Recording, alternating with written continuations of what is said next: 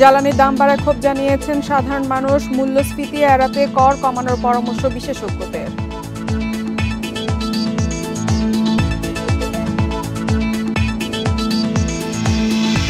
সুখবর নেই বাজারে, বাড়তি ডিম, সবজি, আলুর দাম। সিন্ডিকেট ও মনিটরিং এর অভাবকে দুষছেন ক্রেতারা।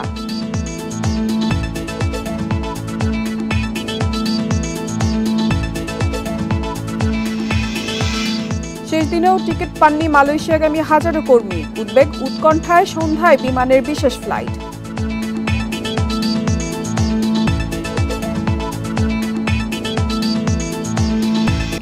সবাইকে আমন্ত্রণ অর্থনীতি স্বাধীনে, আপনাদের সাথে আছি ইফাতারা। শুনছিলেন শিরোনাম, এবারে জানাবো বিস্তারিত। জ্বালানির দাম বাড়ায় ক্ষোভ জানিয়েছেন সাধারণ মানুষ। তারা বলছেন এর প্রভাবে নিত্যপণ্যের দাম আরও বাড়বে। এছাড়া শুধু পরিবহন নয়, অন্যান্য সব খাতেই পড়বে এর প্রভাব। মূল্যস্ফীতি এড়াতে জ্বালানি খাতে কর কমানোর পরামর্শ জ্বালানি বিশেষজ্ঞদের। জ্বালানি তেলের নতুন দাম নির্ধারণ করে বৃহস্পতিবার প্রজ্ঞাপন জারি করে মন্ত্রণালয়। এবার প্রতি লিটার ডিজেল ও কেরোসিনের দাম ১০৭ টাকা থেকে বেড়ে হয়েছে ১৬০ টাকা ৭৫ পয়সা। ভেজাল প্রতিরোধে কেরোসিনের দাম ডিজেলের সমান রাখা হয়। পেট্রোল ও অকটেনের দাম বেড়েছে লিটারে ২.৫ টাকা। আন্তর্জাতিক বাজারের সঙ্গে সামঞ্জস্য রাখতে মার্চ থেকে জ্বালানির স্বয়ংক্রিয় মূল্য নির্ধারণ শুরু করে সরকার। সে হিসেবে প্রতি মাসে নতুন দাম ঘোষণা করা হচ্ছে। প্রথম ২ দফায় দাম কমার পর দাম বাড়ল ২ দফা। ভোক্তারা বলছেন বাজারে এমনিতেই নিত্যপণ্যের দাম চড়া, এর মধ্যে আবারও জ্বালানির দাম বাড়ায় জীবনযাত্রার ব্যয় আরও বাড়বে। সংসার চালানোই কঠিন হয়ে পড়বে। মাঝখানে বাড়ায়, তারপর আবার ৫ টাকা কমাইছে, না কয়টা ৪ টাকা কমাইছিল, তারপরে কিছুদিন যাইতে আবার বাড়ায় দিছে। এটা অবশ্যই তো আমাদের যারা আমরা মিডল ক্লাস ফ্যামিলি অবশ্যই প্রভাব পড়বে। আপনার একটা জিনিস দাম বাড়ায় দিল ৩ টাকা, বাড়ায় দিয়ে দেখাই দিল, ওইখানে ১ টাকা কমাই দিল, আবার কিছুদিন পর সেই জায়গায় চলে গেল। তার মানে ওই জায়গা কিন্তু নিয়েই নিল। তেলের দাম বাড়লে দেখা যাবে সব কিছুর দামই বাড়বে। ২.৫ টাকা বাড়ছে তেলের দাম, বাস ভাড়া দেখেন কত বাড়ে। বিশেষজ্ঞরা বলছেন আন্তর্জাতিক বাজারের তুলনায় এখনও দেশে জ্বালানির দাম অনেক বেশি। তাই এ খাতে কর কমিয়ে দাম সমন্বয় করা হলে মূল্যস্ফীতি কমে আসবে। আন্তর্জাতিক বাজারে যে দামটা আছে এবং এখানে যে দামটা ফিক্স করা হয় প্রথম থেকেই, এটা এখানে বেশ বেশি, মানে প্রায় ১৫ টাকার মতো বেশি, যেটা সরকার একটা রাজস্ব আয় হিসাবে এখান থেকে তারা গ্রহণ করছে। কমোডিটির উপরে সরকারের কোনো রকমের ট্যাক্স থাকা উচিত না, কারণ এটা অত্যন্ত একটা ইম্পর্টেন্ট কমোডিটি, যেটার সাথে এই মূল্যস্ফীতির একটা বিরাট সম্পর্ক আছে। এবার নতুন জ্বালানির দাম কার্যকর হবে ১ জুন থেকে। এর আগে সবশেষ গত ৩০ এপ্রিল ডিজেল ও কেরোসিনের দাম লিটার প্রতি ১ টাকা এবং অকটেন ও পেট্রোলের দাম লিটার প্রতি ২ টাকা ২৫ পয়সা করে বাড়ানো হয়। ইফাতারা, ইন্ডিপেন্ডেন্ট নিউজ। রাজধানীর বাজারে ডিমের সংকট না থাকলেও বিক্রি হচ্ছে বাড়তি দামে। প্রতি ডজন ডিম বিক্রি হচ্ছে ১৫০ টাকায়। এতে প্রতি পিস ডিমের জন্য ভোক্তাদের খরচ করতে হচ্ছে ১২.৫ টাকা। তবে রাজধানীর বাজারে কিছুটা কমেছে মুরগির দাম। প্রতি কেজি ব্রয়লার মুরগি বিক্রি হচ্ছে ২০০ টাকায়। এছাড়া সোনালী মুরগি বিক্রি হচ্ছে ৩৫০ থেকে ৩৬০ টাকায়। বিক্রেতারা বলছেন গরম কমে যাওয়ায় খামার থেকে মুরগির সরবরাহ বেড়েছে, ফলে বাজারেও দাম কমতে শুরু করেছে। এদিকে ঝড় বৃষ্টির অজুহাতে বেড়েছে কাঁচা মরিচের দাম। খুচরা বাজারে প্রতি কেজি বিক্রি হচ্ছে ১৮০ থেকে সর্বোচ্চ ২০০ টাকায়। ভারত থেকে আমদানি হলেও বাড়তি দামে বিক্রি হচ্ছে পেঁয়াজ। মানভেদে প্রতি কেজির দাম রাখা হচ্ছে ৭০ থেকে ৮০ টাকায়।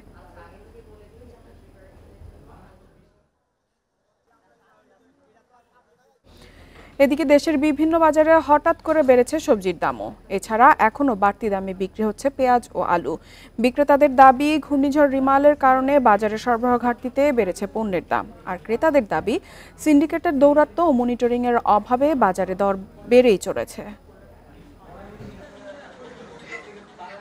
চট্টগ্রামের বাজারে কমেছে মুরগি ও ডিমের দাম। গত সপ্তাহের তুলনায় এ সপ্তাহে ডজন প্রতি ৫ টাকা কমেছে ডিমে। ফার্মের ডিম ১৪৫, দেশি মুরগির ডিম ২৪০ এবং হাঁসের ডিম ১৮০ টাকায় বিক্রি হচ্ছে।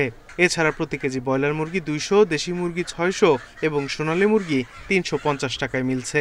তবে ঘূর্ণিঝড়ের অজুহাতে বেড়েছে সবজির দাম। বৃষ্টি তুয়ার টান হয়েছে, তো সেই জন্য একটু খ্যাত পোলা ক্ষতি, সেই জন্য মানে একটু সবজির দাম বাড়তি ২১০ টাকা। আর ধরেন আলুর দাম, সবজি আগে যেটা ৫০ টাকা ছিল এটা ৬০ টাকা হয়ে গেছে। বরিশালে এখনো ঊর্ধ্বমুখী আলু, পেঁয়াজ ও আদার দাম। এই সপ্তাহেও কেজি প্রতি আলু 55, পেঁয়াজ 70 থেকে 75, রসুন 220 থেকে 30 এবং আদা কেজিতে 20 টাকা বেড়ে এই সপ্তাহে 250 টাকায় বিক্রি হয়েছে। তবে বরিশালের প্রতিটি সবজির দাম কেজিতে 10 থেকে 15 টাকা পর্যন্ত বেড়েছে। বাজার অবস্থা তো আগুন আগুন, এত ঊর্ধ্বমুখী বাজার হইলে সাধারণ পাবলিকের ক্রয় ক্ষমতা সীমানা শেষ। দূর থেকে যারা আমদানি করে বরিশালে, আমরা তো বরিশাল থেকে মাল কিনি, তারা বলতে পারবে এটা কিসের জন্য বাড়ছে। একই পরিস্থিতি বগুড়াতেও। এখানেও বাড়তি দামে বিক্রি হয়েছে ডিম ও সবজি। মোটামুটি সবজির আমদানিও আছে, কিন্তু আলুর দামও আগের দামের মতনই আছে। পেঁয়াজের দামটা একটু বাড়ছে, কাঁচামরিচ একটু বাড়ছে, কাঁচামরিচ 160 টাকা কেজি বিক্রি হচ্ছে। বাজার যে স্থিতিশীল না, তারপরেও মনে করেন আমরা যে কিনতেছি, এটা যদি ভোক্তা অধিকাররা ওনারা যদি একটু সহযোগিতা করেন আমাদের, তাহলে হয়তো বাজার দরটা একটু নিয়ন্ত্রণে আসে। তবে ভিন্ন চিত্র রাজশাহীতে শুধু পেঁয়াজ বাড়তি দামে বিক্রি হলেও গত সপ্তাহের তুলনায় কমেছে সবজি ও কাঁচামরিচের দাম। Sadequr Rahman Siddiqui, independent news. এদিকে বাজারে মৌসুমি ফলের দামও বাড়তি। রাজধানীতে সপ্তাহের ব্যবধানে আমের দাম কেজিতে 30 থেকে 50 টাকা পর্যন্ত বেড়ে বিক্রি হচ্ছে 130 থেকে 140 টাকায়। লিচু প্রতি শ বিক্রি হচ্ছে মানভেদে 350 থেকে 550 টাকায়। বিক্রেতারা বলছেন, ঘূর্ণিঝড় রিমালের জেরে সরবরাহ ঘাটতিতে বেড়েছে ফলের দাম। নগরীর বিভিন্ন বাজারে আসছে মৌসুমি ফল লিচু ও আম। চাহিদা অনুযায়ী কিনছেন ভোক্তারা, তবে দাম নিয়ে রয়েছে অসন্তোষ। গেল সপ্তাহে মানভেদে প্রতি কেজি আম ছিল 90 থেকে 100 টাকা, যা এখন বিক্রি হচ্ছে 130 থেকে 140 টাকায়। অথচ গত বছর একই সময়ে আমের দাম ছিল কেজিতে 60 থেকে 110 টাকা। এবার লিচুর দামও বেড়ে প্রতি শ বিক্রি হচ্ছে মানভেদে 350 থেকে সর্বোচ্চ 550 টাকায়। কাঁঠালের সরবরাহ এখনো কম। গত এক সপ্তাহ আগের থেকে 150 টাকা 100 টাকা পার শত বেশি। আর এখন তো লিচু আমের দাম থাকার কথা কম, এখন আমের দাম বেশি। আম 140 টাকা 130 টাকা কেজি। যারা চাষ করতেছে, যারা পাইকার, তারা কিন্তু 1 টাকা পার পিস পাচ্ছে, আর আমরা ঢাকা থেকে 4 টাকা পার পিস কি কিনে খাচ্ছি। হ্যাঁ, মাঝখান থেকে 2 টাকা কি। দাম বাড়ার কারণ হিসেবে ঘূর্ণিঝড় রিমালকে দায়ী করছেন বিক্রেতারা। তাদের দাবি, ঝড় বৃষ্টিতে সরবরাহে ঘাটতি দেখায় বেড়েছে ফলের দাম। ঝড়টা হওয়ার পরে অনেক লিচু ক্ষতি হয়ে গেছে, বাগান অনেক লিচু নষ্ট হয়ে গেছে। এখন থেকে মুকামি বর্তমানে আমার কিনা লাগে 400 টাকা কিনা লাগে। আম বলে আপনার 120 টাকা পাইকারি কিনতে আছে, ক্ষেত্রেরা বিক্রি করতে আছে প্রায় 150 140 টাকা। এদিকে মৌসুমি ফলের চাহিদা বাড়ায় কমেছে অন্যান্য ফলের দাম। প্রতি কেজি সবুজ আপেল 270 টাকা, লাল আপেল 230 টাকা, মাল্টা 200 থেকে 230 টাকা, কমলা 350 টাকা ও আঙ্গুর 500 থেকে 600 টাকায় বিক্রি হচ্ছে। Amirul Islam, independent news, Dhaka.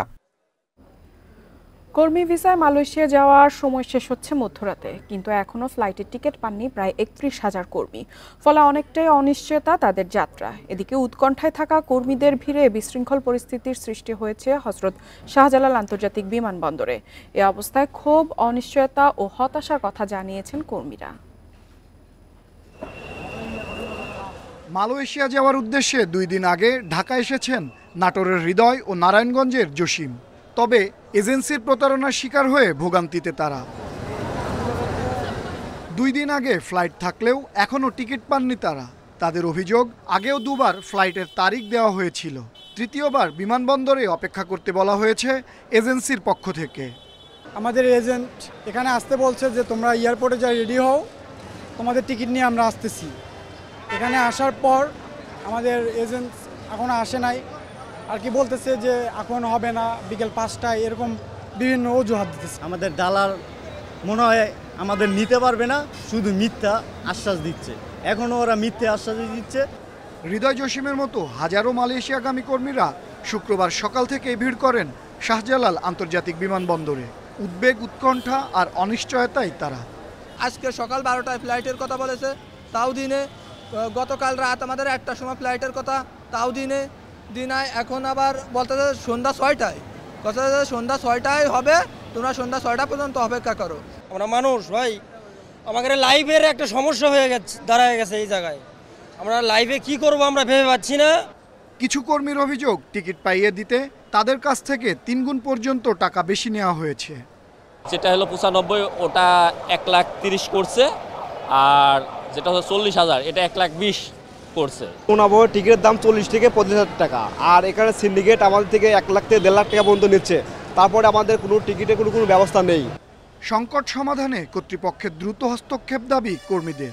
Malaysia যাওয়ার সময় বাড়ানো অথবা টিকিটের ব্যবস্থা করারও দাবি তাদের। আনোয়ার সাদাত নূর, ইন্ডিপেন্ডেন্ট নিউজ, ঢাকা। আগামী 1.5 বছর বাংলা কিউআরের মাধ্যমে লেনদেন, প্রচারণা ও প্রশিক্ষণে যেসব খরচ হবে তা সংশ্লিষ্ট ব্যাংকের সামাজিক দায়বদ্ধতা তহবিল সিএসআর থেকে ব্যয় করা যাবে। এর ফলে ব্যাংকগুলো বাংলা কিউআরের মাধ্যমে লেনদেনে গ্রাহকদের আরও বেশি আগ্রহী করে তুলবে বলে আশা করছে বাংলাদেশ ব্যাংক। এ বিষয়ে বাংলাদেশ ব্যাংকের জারি করা প্রজ্ঞাপনে বলা হয়েছে, প্রান্তিক জনগোষ্ঠীকে ডিজিটাল লেনদেনের ইকোসিস্টেমে আনার জন্য 2025 সালের মধ্যে দেশের সব লেনদেনের 30% এবং 2031 সালের মধ্যে শতভাগ লেনদেন নগদ বিহীন করার লক্ষ্য নির্ধারণ করা হয়েছে। এই লক্ষ্য অর্জনে বাংলা কিউআর চ্যানেলকে জনপ্রিয় করতে ক্যাশলেস বাংলাদেশের উদ্যোগ নেওয়া হয়েছে। এর আওতায় 2024 সালের জুন থেকে 2025 সাল পর্যন্ত বাংলা কিউআরের বিভিন্ন খরচ সিএসআর তহবিল থেকে করা যাবে। কোন কোন খরচ সিএসআর খাত থেকে করা যাবে তাও নির্দিষ্ট করে দিয়েছে বাংলাদেশ ব্যাংক।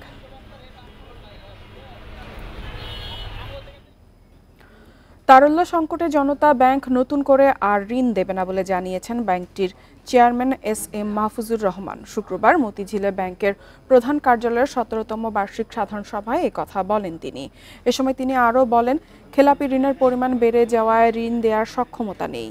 ব্যাংক থেকে যে পরিমাণ টাকা বাইরে যাচ্ছে সেই পরিমাণ টাকা আসছে না। এখন নগদ টাকার জন্য কেন্দ্রীয় ব্যাংকের দ্বারস্থ হতে হচ্ছে। এসব বিবেচনায় ঋণের টাকা আদায়ে বেশি গুরুত্ব দেওয়া হচ্ছে। পাশাপাশি ব্যবসায়ীদের ব্যাংকের টাকা পরিশোধেও অতিরিক্ত আন্তরিক হওয়ার আহ্বান জানান জনতা ব্যাংকের চেয়ারম্যান।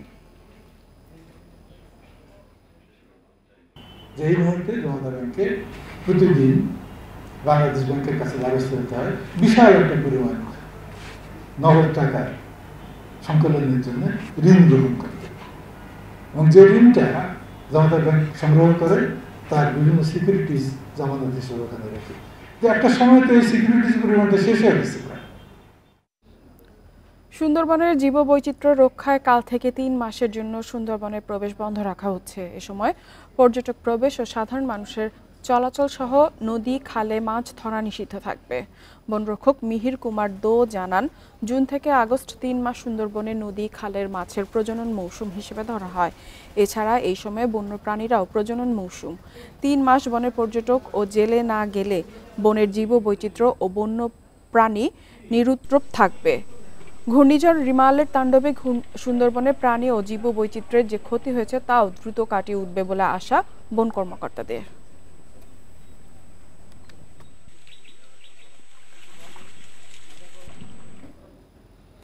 আর এই ছিল অর্থনীতি সারাদিনের আজকের আয়োজনে। ইন্ডিপেন্ডেন্ট টেলিভিশনের সব খবর আরও জানতে চোখ রাখুন ফেসবুক, ইউটিউব এবং এক্সে। আমন্ত্রণ আমাদের পরবর্তী